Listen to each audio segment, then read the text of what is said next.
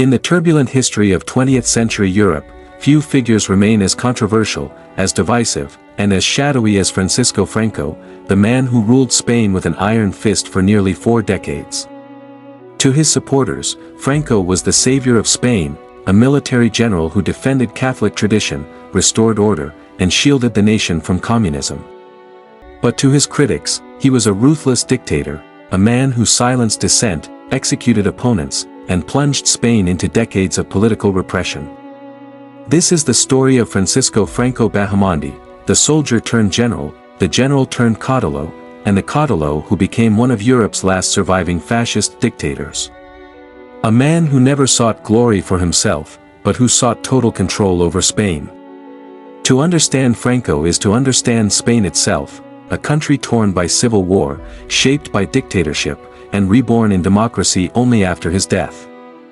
Francisco Franco was born on December 4, 1892, in the coastal city of El Ferrol, in Galicia, northwest Spain. El Ferrol was a naval town, steeped in military tradition, and from the very beginning, Franco's destiny seemed tied to the army. His father, Nicolas Franco, was a naval officer with a reputation for being strict, reckless, and often absent. His mother, Maria del Pilar Bahamonde, by contrast, was deeply religious and devoted to her children. The Franco household was marked by discipline, religion, and a sense of duty, values that would shape young Francisco's worldview. Unlike his older brother Nicolas, who followed their father into the Navy, Francisco's path was less certain. Initially, he too wanted to become a naval officer. But Spain, reeling from the loss of its empire in the Spanish-American War of 1898, had drastically reduced the size of its navy. Naval opportunities were scarce. So, at the age of just 14, Franco entered the Toledo Infantry Academy. He was one of the youngest cadets, short in stature, quiet, and serious. His peers sometimes mocked him for his small frame, barely over 5 feet tall, but his determination and discipline were unmatched. By the time he graduated, Franco had earned a reputation as a disciplined, loyal, and highly ambitious soldier. Franco's rise in the Spanish military would be forged not in Spain itself, but across the sea, in the deserts of North Africa. In the early 20th century, Spain still clung to parts of Morocco as colonial territory. This region was volatile, and Moroccan rebels continuously resisted Spanish control. For many young Spanish officers, the colonial war was both brutal and career-defining. Franco volunteered to serve in Morocco. Here, he found the perfect environment for his qualities: discipline, endurance, and cold calculation. The war in Morocco was ruthless. Spanish forces often faced ambushes, massacres, and heavy casualties. Franco distinguished himself as a fearless leader who demanded absolute obedience from his men. He was wounded in 1916, shot in the abdomen, and nearly died. But his survival only added to his aura. By the age of 33, Franco had become the youngest general in Spain, a remarkable achievement. He was admired by the army and known as the Iron General, a man who valued order and hierarchy above all. While Franco was rising in Africa, Spain itself was falling into turmoil. The early 20th century was a period of instability. Spain had lost most of its overseas empire. Social unrest grew among workers, peasants, and intellectuals. Monarchists, republicans, anarchists, communists, and nationalists all struggled for influence.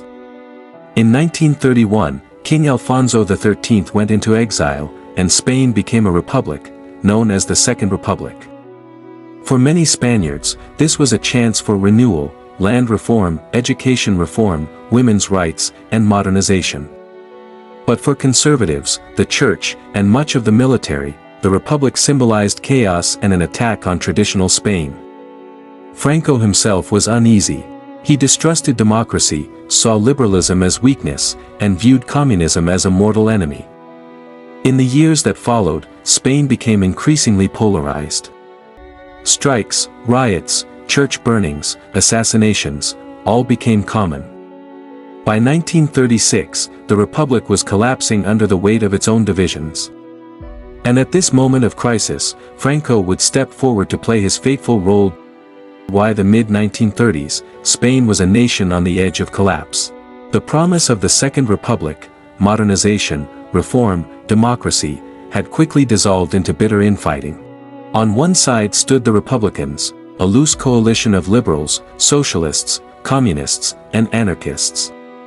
They demanded land reform for peasants, workers' rights, and an end to the domination of the Catholic Church. On the other side were the nationalists, monarchists, conservatives, landowners, the military, and the church, those who feared Spain was slipping into communism. Spain was not just divided, it was bleeding from within. Political assassinations were daily news. Churches were burned, priests attacked, generals threatened. In July 1936, one murder would ignite the fire. José Calvo Sotelo, a right-wing politician, was assassinated by Republican security forces. To the nationalists, this was proof that Spain had descended into lawless terror. The military began to prepare a coup.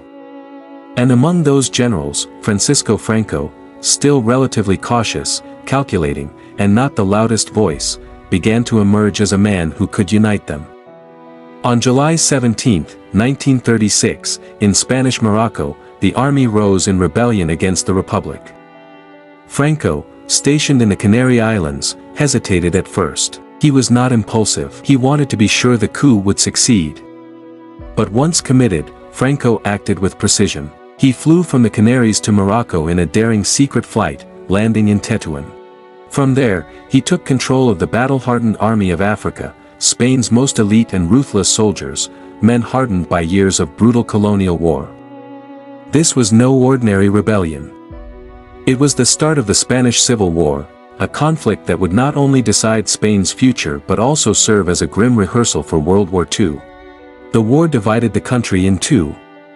The Republicans controlled Madrid, Barcelona, Valencia, and much of the industrial heartland. The Nationalists controlled the conservative countryside, parts of the north, and quickly gained strength with the Army of Africa. But this was not just a Spanish struggle. Very soon, the whole world was watching. Nazi Germany and Fascist Italy rushed to Franco's aid. Hitler sent the Condor Legion, a squadron of fighter planes and bombers, to test his new war machine. Mussolini sent troops, tanks, and aircraft. The Soviet Union, meanwhile, backed the Republic with weapons and advisors. Thousands of leftist volunteers from Europe and America joined the international brigades, fighting to defend democracy against fascism. Writers like George Orwell and Ernest Hemingway came to Spain, turning the conflict into a symbol of the global struggle between freedom and tyranny. Spain became a proxy war between fascism and communism, a bloody prelude to the Second World War. At first, Franco was not the sole leader of the Nationalists. He was one among several generals. But quickly, his qualities, discipline, patience, and an uncanny ability to avoid mistakes, set him apart. In September 1936, his rivals agreed, Franco would become Generalissimo, the supreme commander of the nationalist forces. Soon after, he took another title, Caudillo, leader of Spain. This was not just a military war. Franco made it ideological. He presented himself as the savior of Catholic Spain, the defender of tradition against atheism, communism, and chaos. Propaganda portrayed him as a chosen leader, almost messianic in stature. But behind the image was cold brutality. Franco approved mass executions of captured Republicans.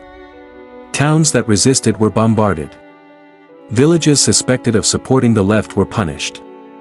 The most infamous atrocity came in April 1937, when the German Condor Legion bombed the Basque town of Guernica. The attack left the city in ruins and hundreds dead. The horror was immortalized in Picasso's painting Guernica, a cry of anguish that would haunt Franco's reputation forever. The war dragged on for 3 long years. Madrid resisted siege after siege. Barcelona burned with revolutionary passion. But slowly, the nationalists advanced. Franco was cautious, always avoiding rash moves. He preferred to grind the enemy down slowly, ensuring that when he took power, there would be no organized opposition left. By early 1939, the Republic was collapsing. Divisions among leftist forces, Soviet mistrust, and exhaustion weakened their cause. On March 28, 1939, Franco's forces entered Madrid. The capital fell without major resistance. The war was over. 500,000 people had died. Another 500,000 fled into exile. Spain was devastated, scarred, and broken. And out of the ashes, Franco emerged as the absolute master of Spain. Madrid, April 1939. The radios crackle. A single sentence repeats across a broken nation, La guerra ha terminado. The war is over. But for millions of Spaniards, peace does not arrive with the end of gunfire. It arrives with a new kind of fear, silence that listens through the walls, footsteps at night, doors opening to uniforms and papers stamped with seals. The Republic has fallen. The Caudillo rules.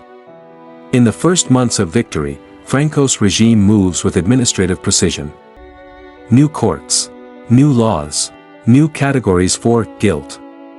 The law of political responsibilities reaches backward into the war to criminalize the defeated.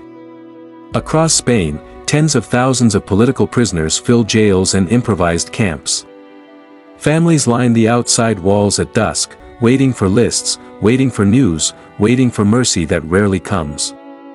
Franco presents the new order as moral restoration. Spain, he says, has been rescued from godlessness and chaos. In the classrooms, crucifixes return. In the streets, Falange insignia appear. The church regains its power, the section femenina preaches the virtues of obedience and domesticity. The languages of the periphery, Catalan, Basque, Galician, are pushed out of public life. A single Spain is to be spoken aloud. The war ends in 1939. The trauma lasts far longer. Franco does not govern with speeches, he governs with institutions. A tangle of tribunals, governors, police, and informants extend the state's reach into villages and apartment stairwells. Former Republicans seek survival in silence. Some go underground, others go into exile. A few try to rebuild ordinary life, weddings, baptisms, harvests, under the shadow of a regime that remembers everything. The prisons are overcrowded, the labor battalions expand. Projects rise from stone and dust, built by those who lost. Among them, the most monumental, a basilica carved into a mountain northwest of Madrid, later called the Valley of the Fallen. Officially it commemorates all war dead. Unofficially, it proclaims a narrative, that order triumphed over disorder, and that triumph was holy. Economic policy at first is autarky, self-sufficiency. Borders tighten, ration cards appear. Coffee becomes chicory, butter becomes memory. An entire generation learns the grammar of scarcity. The regime's answer is always endurance. To endure is to be Spanish. September 1939. Europe catches fire again. To many, Spain looks like a natural ally for the Axis. Franco owes Hitler and Mussolini, both had helped him win. Fascist salutes still rise in plazas. The Falange dreams of imperial revival. And yet, the Caudillo hesitates. Spain is devastated, its railways twisted, its fields underproductive, its people hungry. Franco understands the arithmetic of ruin. He wants concessions, colonial territories, grain, fuel, if he is to join Hitler. In October 1940, he meets the Führer on the French border at Hendaye. The talks stretch, the lists of demands grow. When they end, nothing is signed. The legend says Hitler leaves exasperated. Franco leaves relieved. Spain declares itself non-belligerent, later neutral. Officially, the regime stays out. Unofficially, it leans. Volunteers, the Blue Division, go to fight the Soviets on the Eastern Front under German command. Intelligence links and trade continue. But the decisive step, the step into total war, never comes. As the Axis fortunes turn, Franco performs another balancing act. He distances himself from German defeat without disavowing the past. When the Allies enter Paris in 1944, the caudillo praises peace and order. He speaks the language of survival again, and it works. Not everyone surrenders to silence.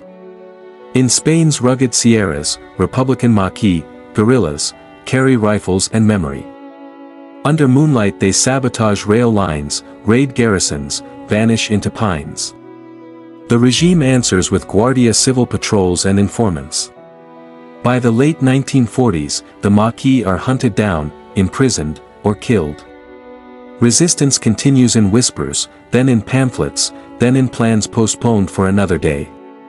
By the war's end in 1945, the world looks at Spain with suspicion. A dictatorial regime born with fascist help has survived the fall of its patrons. The Allies celebrate victory. Spain stands alone. Franco is still in the palace. The second act is about to begin, isolation, and the long road back. 1946, the United Nations condemns the Franco regime, ambassadors are withdrawn. Spain is not invited to the victors' table. At the border with France, barriers tighten. Inside, the ration books remain. So does the black market, with its coded knocks and careful glances. People learn a new word, estraperlo, the commerce of need. University lecture halls fill with the sons and daughters of the defeated and the victorious alike. They read, debate, and sometimes shout. In Madrid and Barcelona, protests erupt, first over textbooks and trams, then over ideas. The police arrive with batons and notebooks. Names are taken. Files are opened. Through it all, Franco keeps to familiar method, patience, surveillance, incremental concessions only when necessary. He allows no opposition that can organize, no party that can speak, no newspaper that can truly criticize.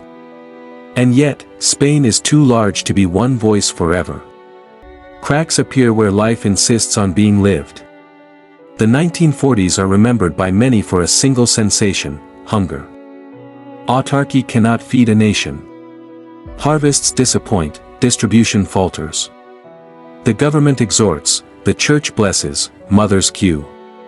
A black and white Spain, swept floors, polished shoes, empty plates, waits for something to change. Change arrives from an unexpected direction, geopolitics. As the Cold War deepens, the United States looks at a map and sees Spain not as yesterday's problem but as today's asset, a strategic peninsula at the mouth of the Mediterranean. Anti-communism is the passport that opens doors. 1953 brings two pivotal agreements, a concordat with the Vatican, reaffirming the regime's Catholic credentials, and the Pact of Madrid with the United States, exchanging military bases and aid for alignment. Dollars flow, engineers land, and new runways carve lines across the dry earth. Franco, once isolated, is now a bulwark in a divided world. The ration books end in the early 1950s, but frugality lingers in the kitchen drawers, a folded habit, ready at hand. The resistance changes shape. The Maquis fade from the mountains, workers and students emerge in the cities. Illegal unions meet in back rooms, leaflets circulate in factories, petitions appear with careful signatures. In Basque Country, a new organization forms in 1959, ETA, mixing nationalism with revolutionary urgency. In Catalonia, culture becomes a form of dissent, a poem in Catalan, a song sung quietly, a play that hints more than it says. Franco responds by rotating the personnel of power. The Falange's old guard, steeped in slogans, begins to share desks with technocrats, economists with slide rules and plans. The uniforms remain, but the spreadsheets arrive. The regime does not liberalize, it modernizes. By the late 1950s, Spain stands at a crossroads. It can remain poor but controlled, or attempt growth without losing control. The technocrats propose a solution with a soothing name, a stabilization plan. Open certain windows to foreign investment, discipline public spending, and unleash the energy of a country young enough to work and old enough to remember what hardship feels like. Franco approves. It is not a leap of faith. It is a calculation. The stage is set for a transformation that will astonish Europe, and complicate the regime's foundations. 1960s Spain wakes up to new sounds, the roar of engines on fresh highways, the clatter of scaffolding, radios playing pop across balconies. A small car, the Seat 600, becomes a symbol of arrival. Families crowd inside and drive toward a new horizon called summer. Tourists flood the coasts, British, German, Scandinavian, drawn by sun and prices. Costa Brava, Costa del Sol, Balearic Islands, the names become promises. Hotels rise like white teeth along blue water. Spain sells an image, Spain is different, and buys growth, factories, appliances, refrigerators, televisions. Millions leave villages for cities. Others leave Spain itself, working in Germany, Switzerland, France, sending money home that builds houses room by room. The newspapers expand, a 1966 press law loosens some shackles but not all. Editors learn a delicate choreography, 2 steps forward, 1 step to the censor's office. Television becomes a mirror the regime can manage, and yet even mirrors sometimes reflect more than intended, styles, ideas, a different way of being modern. Franco knows history can be staged. 1964 marks 25 years of peace, a carefully orchestrated celebration that rebrands defeat as stability. Films and parades tell a single story: the Caudillo spared Spain from war, preserved faith, and delivered prosperity. But prosperity brings questions. Education expands, university enrollment explodes. A more educated public asks why books are cut, why newspapers whisper, why strikes are illegal. Workers demand more than wages, they demand rights. Students demand more than lectures, they demand voices. The regime creates new instruments to answer dissent, courts with modern names and ancient purposes. Trials become news abroad, petitions become news at home. Diplomats juggle criticism with investment brochures. The Spain sold to tourists is light and music, the Spain lived by dissidents is paperwork and penalties. On a granite hillside outside Madrid, the Valley of the Fallen is inaugurated in 1959, a basilica tunneled into rock, a cross that dwarfs the trees. To supporters, it is reconciliation made stone. To opponents, it is victory commemorated as eternity. Pilgrims visit. Schoolchildren file past. Photographers add just their lenses to fit the cross into the frame. The monument says something simple and immovable: this version of history will last. And yet, in apartments and cafes, in factories and campuses, the other history keeps breathing. Stories pass quietly: a great uncle who never returned, a mother who learned to ration silence, a village that still avoids certain names. Franco's system is not designed merely to rule, it is designed to outlive the man at its center. In 1969, the Caudillo makes the decision that will shape Spain's final passage through dictatorship. He names Prince Juan Carlos as his successor, to assume the title king when the time comes.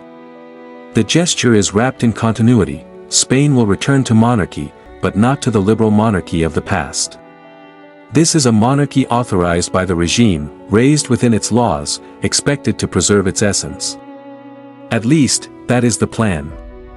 Outside Spain, Europe watches with a question it cannot answer yet: what will Spain become when Franco is gone? Inside Spain, the question is whispered more personally: what will we be allowed to be? By the late 1960s, the Basque Country becomes the center of confrontation. ETA grows bolder, arrests follow, trials become international causes. In Catalonia, cultural assertion hardens into political nerve. In factories around Bilbao, Barcelona, Madrid, clandestine workers' commissions organize strikes with precision. The regime represses, but each blow produces more headlines, more sympathy abroad, and, quietly, more doubt at home. Franco remains the fixed point, rarely seen, always present. His speeches are sparse and ceremonial. Ministers rotate in and out, policies are adjust, but the core remains: order above liberty, unity above plurality, survival above reform. A final, fateful decade is approaching. The economy hums, society modernizes, the regime refuses to become what modern society increasingly demands. Tension accumulates, like heat beneath stone. The next act will bring explosions, literal and political, and confront the question the regime has postponed for decades: how does a dictatorship end without destroying the country it rules? By 1969, Spain was evolving rapidly, economically and socially. Franco was aging, and questions about succession became urgent. To secure the regime, he appointed Luis Carrero Blanco as prime minister. Carrero Blanco was not just a loyalist, he was Franco's shadow, intelligent, disciplined, and ruthless. Blanco's role was clear: keep the dictatorship alive while Franco's health declined.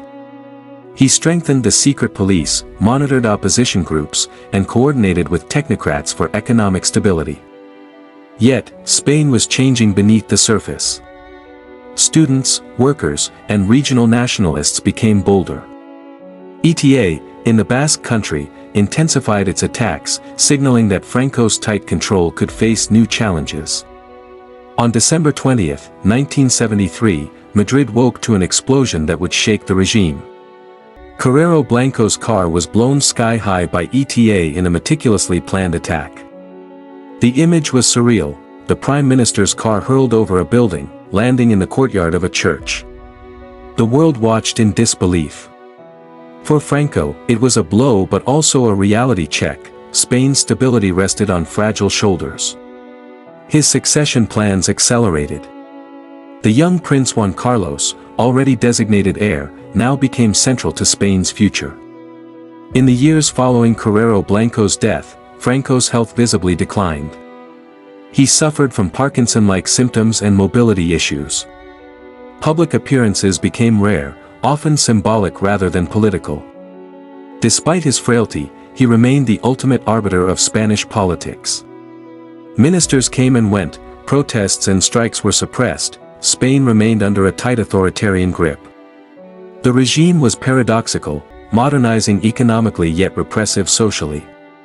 Tourism boomed, cities grew, factories thrived, but political expression was limited, censorship strict, and opposition movements constantly monitored. Franco knew he would not live forever. His final acts were calculated, aimed at ensuring continuity for the Caudillo's vision. Consolidate technocrats in government. Strengthen the monarchy succession. Maintain a narrative of order, unity, and Catholic values. On November 20, 1975, Francisco Franco died at the age of 82. His death marked the end of an era: 4 decades of authoritarian rule, civil war, repression, and slow modernization. Spain entered a period of uncertainty, mourning for some, relief for others. Public reaction was divided. Supporters mourned the savior of Spain, holding masses, waving flags, and praising his vision. Opponents quietly hoped for democracy, celebrations discreet, remembering those who had suffered under his rule. Franco's funeral was massive, ceremonial, and heavily televised. Leaders from sympathetic nations attended. Military parades displayed the power of the state, but shadows of opposition lingered in every plaza. The Valley of the Fallen became the centerpiece, a stark reminder of his regime's narrative: victory, unity, and sacrifice. Yet, for many Spaniards, it was a contested symbol, a monument to a dictatorship, not reconciliation. Franco's death did not immediately transform Spain. Prince Juan Carlos assumed leadership and, initially, seemed aligned with Franco's vision. Gradually, he steered Spain toward democracy, political reforms, legalization of parties, and the first democratic elections in 1977. The transition to democracy was remarkable, peaceful, negotiated, and relatively smooth, but not free from tension. Former regime supporters, Republicans, regional nationalists, and ordinary citizens navigated a delicate balance between justice, forgiveness, and stability. Francisco Franco's legacy is complex and contested. Supporters argue he preserved Spain from communism, modernized the economy, and restored order. Critics point to mass executions, political repression, censorship, and denial of regional identities. Internationally, Franco is a cautionary tale of authoritarian survival amidst global change. Today, Spain grapples with historical memory, debates over monuments, the Valley of the Fallen, and the treatment of victims.